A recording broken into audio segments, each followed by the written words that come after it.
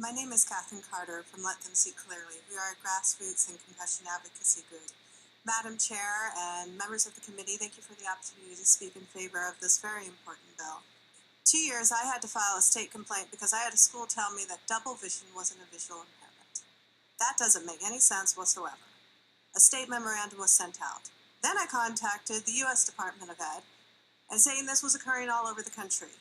And a national memorandum was sent out May 22nd, 2017, because visual impairment is anything that affects FAPE, a free and appropriate public education. So you got before you a list of 11 vision disorders that a student can possibly have. Some are near and far, some are alignment and teaming, but all can impact a child's quality of life and learning. So which one should we pick? Which one of these should we put in the time, technology, and resources? Which child should be identified and given the treatment or school accommodations they need? And which ones should we ignore and allow to silently suffer? Some members of the medical community and schools would have you choose a child who can't see 20/20. That is serious. My daughter needed glasses.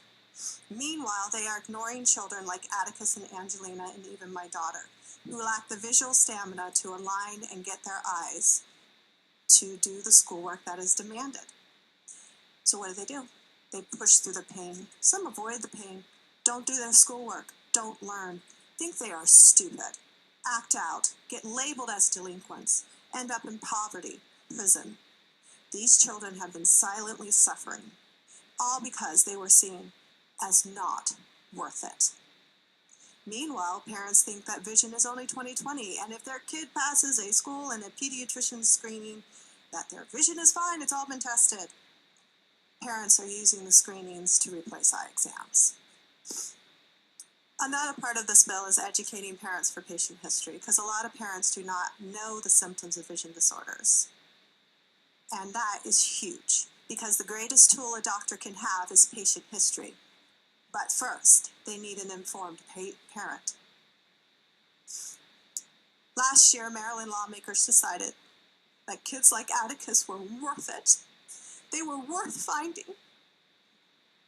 For too long, these children have been ignored, discriminated against, excluded with our disability, and this exclusion has resulted in too many failing children. We may not be blind, and they may not be blind, but their struggle and our struggle with concussions even to read and learn is real. I ask for a favorable vote because if we expect a child to learn, then we should make sure they can actually see what we are teaching them. Thank you.